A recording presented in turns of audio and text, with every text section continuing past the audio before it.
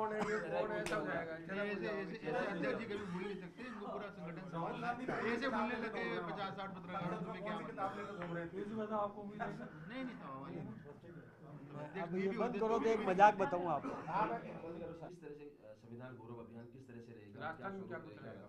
देखिए, ये संविधान के प्रति हमें सम्मान है, गौरव मानते हैं हम। हमारा संविधान एक दुनिया के अंदर है, सभी देशों का अपना अपना संविधान होता है, लेकिन भारत का संविधान जिसमें हमने हमारे जो संविधान निर्माता थे आदरणीय भीमराव अंबेडकर जी के नेतृत्व में, और बाकी जो समिति के सदस्य थे, उन्होंने विभिन्न देशों में जो अच्छाइयाँ हैं, जो गुणवत्ता के आधार पर जिनको श्रेष्ठ माना गया, जो आम नागरिक को सुविधाएं जिस प्रकार की चाहिए, आम नागरिक के मौलिक अधिकार किस प्रकार के चाहिए, आम आदमी को अपने काम के विस्तार के लिए क्या सुविधाएं चाहिए, किस प्रकार की छूट चाहिए, ये आम आदमी के दैनिक जीवन में किस प्रकार की आवश्यकता, उन सबको ध्यान में रख करके संविधान तैयार किया गया।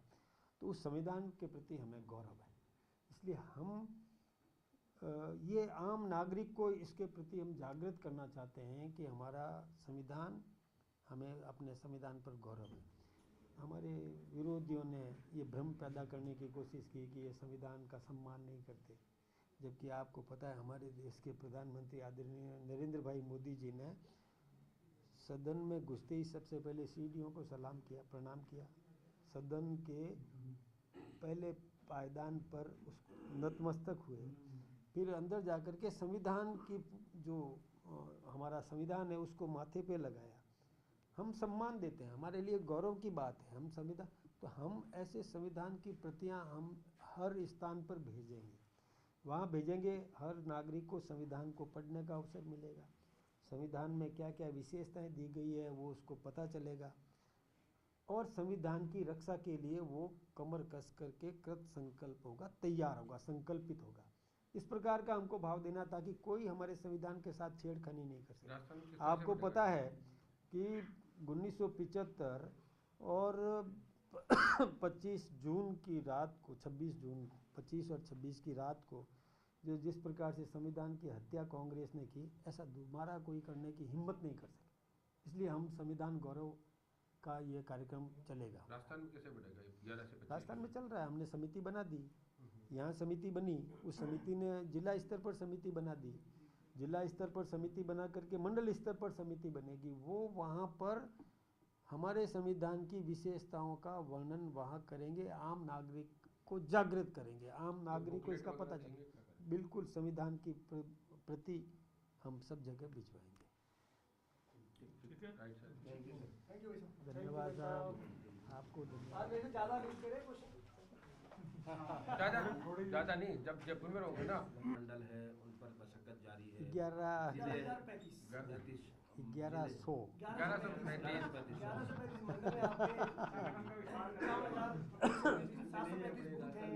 क्या है, हमारा स्केलेटन बहुत मजबूत है, हमारा संगठन सुदृढ़ है, हमने जो व्यवस्थाएं बांट रखी है वो गुणित अनुपात में हमारे कार्यकर्ता काम कर रहे हैं। बूथ के काम हो चुके, बूथ के चुनाव हो चुके, निर्वाचन अधिकारी आगे की प्रक्रिया में लग चुके हैं, कोई एक स्थान से निर्णय होने वाला नहीं है, ये हमने विकेंद्रीकरण किया हुआ है।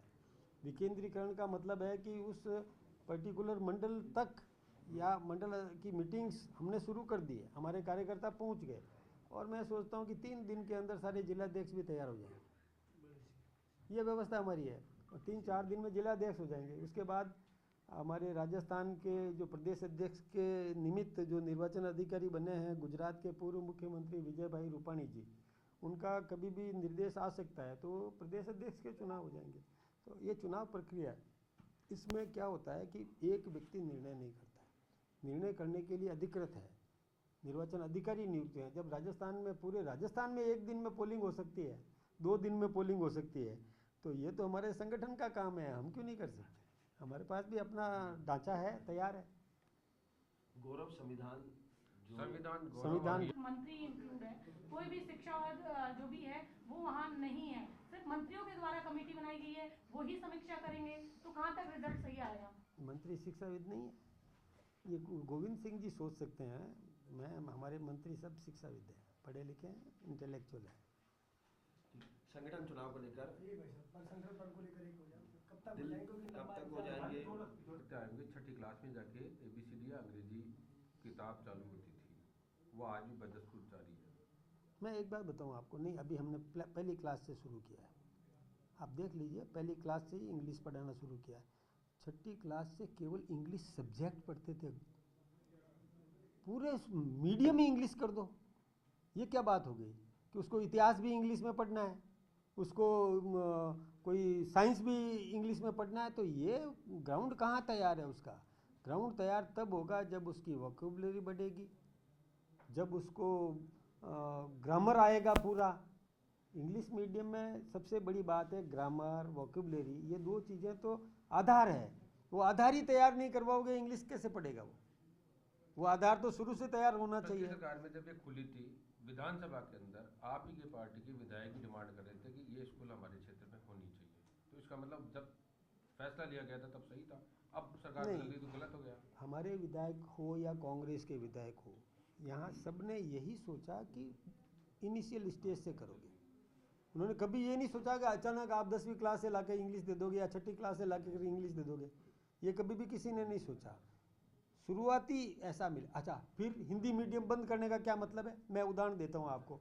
एक गांव है, कोई भी गांव आप ले लीजिए, उस गांव में इंग्लिश मीडियम शुरू कर दिया और बच्चा हिंदी पढ़ना चाहता है, क्या करेगा वो?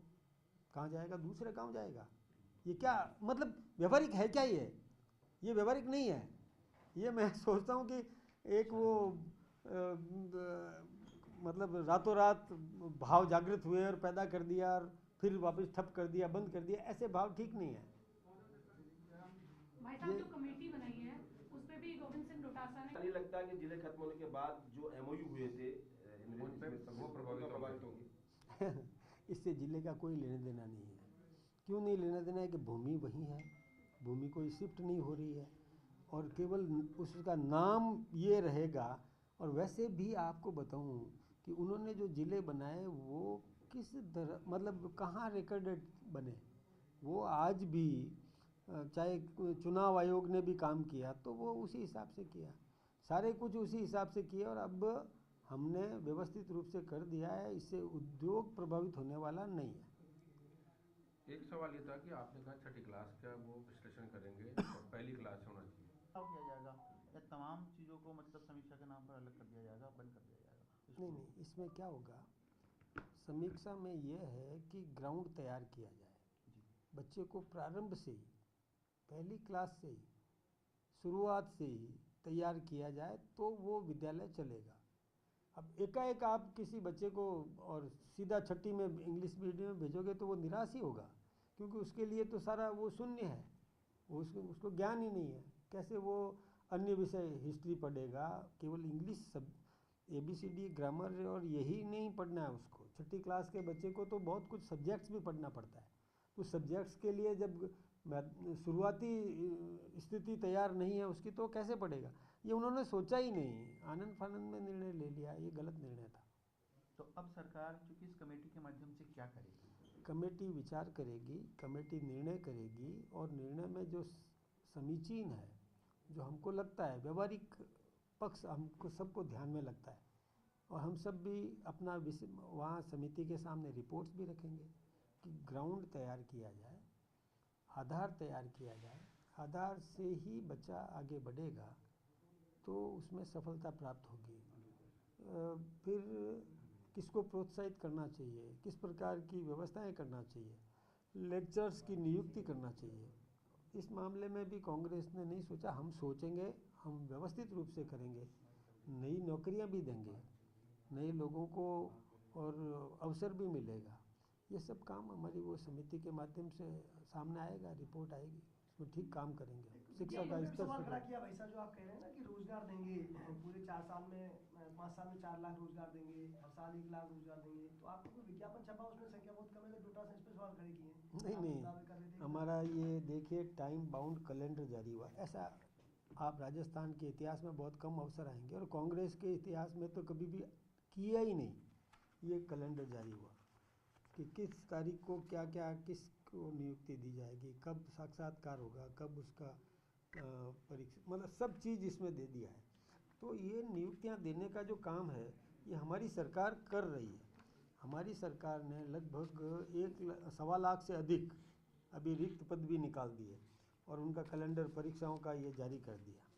यही नहीं, हमने तो और भी सोचा है रोज़गार की दृष्टि से केंद्रीय योजनाओं का लाभ भी हम आम नागरिक को दिलाना चाहते हैं, उसके माध्यम से भी रोज़गार मिलेगा। अभी जो राइजिंग राजस्थान हुआ उसमें जो उद्योग स्थापित होंगे, अभी आपने पढ़ा होगा, कल के समाचार पत्रों में भी आया था और हमारे मुख्यमंत्री जी ने भी ये तय किया कि हम एक एक जो निवेशक था, एक एक निवेशक के साथ में कोई सक्षम अधिकारी लगेगा, वो उस निवेशक को उसको क्या ज़रूरत है, कहाँ कच्चा माल है तो उसको बताएगा कि यहाँ कच्चा माल है, यहाँ पर आपको लेबर मिल जाएगी, स्किल्ड, अनस्किल्ड, सेमी स्किल्ड, जैसी भी लेबर उसको चाहिए वो मिल जाएगी, मार्केट भी यहाँ पर है, ये सब चीज़ें उसको बताएगी। फिर उसको ज़मीन चाहिए तो ज़मीन बताएगी कि कहाँ पर ज़मीन, मान लो उदाहरण के लिए कि उसको सोलर का वो उसमें लगाना है, तो हमारी कहाँ ज़मीन किस क्षेत्र में जहाँ पर कि उस अच्छी ऊर्जा मिलेगी, किरणें मिलेगी, ज़मीन हमारी जो कृषि योग्य नहीं है, ऐसी ज़मीन उसको दिखा देंगे तो वहाँ से, और नज़दीक में उसका जो बिजली ग्राह्य करने की क्षमता जहाँ पर होगी, स्टोर करने की, विद्युत बैंक बोलते हैं इसको, कि वहाँ पर विद्युत ले लो और यहाँ विद्युत दे दो, ऐसी व्यवस्था हमने की है। कि उद्योग आपका जयपुर में लगा है, आपने विंड एनर्जी जैसलमेर में लगा दी है, तो जैसलमेर में आप बिजली दे सकते हैं और जयपुर में बिजली ले सकते हैं। ये विद्युत बैंक हमने शुरू की, क्योंकि कम बात नहीं है, बैंक है ये विद्युत बैंक, जिसमें कि आप कहीं भी पैदा करो और कहीं भी काम में ले लो, तो हिसाब किताब हो जाएगा कितना यूनिट आपने बिजली सरकार को दी और कितना यूनिट आप उपयोग में ले रहे हो। ये हमारी सरकार ने सोच किया, ये इन किसी के दिमाग में कभी भी आई नहीं। तो विंड एनर्जी है, सोलर एनर्जी है, या कोई अपना अलग से कोई बिजली पैदा करने का काम करे, ये सब काम हमने किया। तो अब उद्योग जब लगेगा कहीं भी, मैं कहता हूँ कि कोई हमारे जड़ी बूटी का उद्योग लगाना चाहता है, इसबगोल है, ऐसे कुछ है उद्योग, वो तो पैदा करने के लिए ज़मीन मांग रहे हैं वो, कि हमको ज़मीन दो, हम जहाँ इसबगोल पैदा कर सकें, तो हम ज़मीन देने के लिए हमने अधिकारी लगा दिया, कितना कनेक्शन चाहिए उसको बिजली का, वो तुरंत वहीं पर फॉर्म भरेगा हमारा अधिकारी, सक्षम अधिकारी लगाया है। तो हम वो जल्दी से जल्दी वो धरातल पर उतरेंगे तो वहाँ लोगों को रोज़गार मिलेगा। ये रोज़गार दिलाने की दृष्टि से हमारा बहुत बड़ा प्रकल्प ये चलेगा। पर जिले खत्म कर दिए तो निवेशकों का कहना है कि अब वो क्यों अपना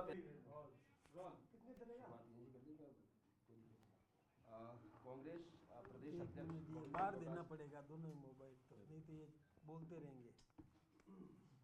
प्रदेश अध्यक्ष कांग्रेस अध्यक्ष गोविंद सिंह डोटासरा ने आरोप लगाया है कि जो सरकार ने कमेटी बनाई है इंग्लिश मीडियम स्कूलों की समीक्षा को लेकर, वो कमेटी गलत है और 1 साल बाद याद क्यों आई, जबकि अच्छी चल रही है, एजुकेशन बढ़िया मिल रही है सरकार ने। देखिए, कांग्रेस सरकार ने कई ऐसे अप्रासंगिक निर्णय किए जो व्यवस्थित नहीं है।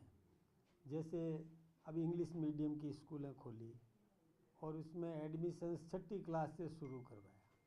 अब ग्राउंड तो तैयार हुआ नहीं, बेसिक जो ABCD से शुरू करना चाहिए प्रारंभ से, वो तो उन्होंने तैयारी की नहीं और आनंद फानंद में केवल वाहवाही लेने के चक्कर में और ऐसी इंग्लिश मीडियम की स्कूलें खोल दी। न तो कोई इंफ्रास्ट्रक्चर दिया, न कोई अपॉइंटमेंट्स किए प्रोफेसर्स के, लेक्चरर्स के, कुछ भी नहीं किया, केवल सीधा ये कर दिया और वहाँ पर हिंदी मीडियम बंद हो गया।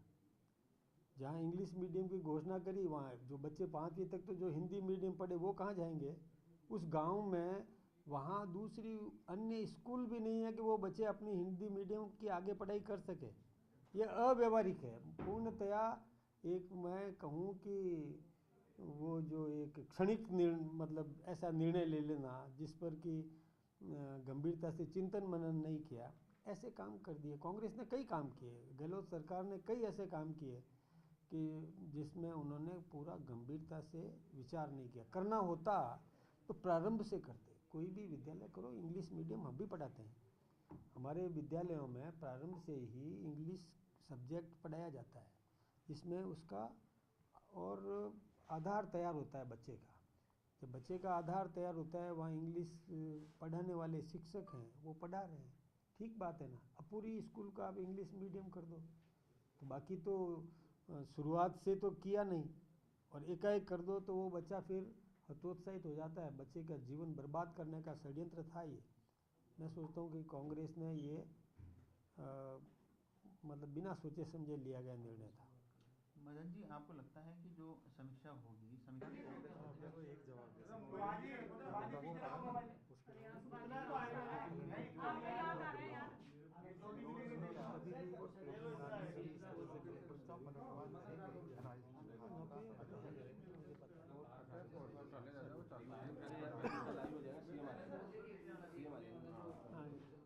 शुरू करें? हाँ कर लो, सीएम आ जाएंगे। नहीं वो हो गई। बाद में हो गई। बताऊं क्या क्या बोलना? पता है, हम तो सब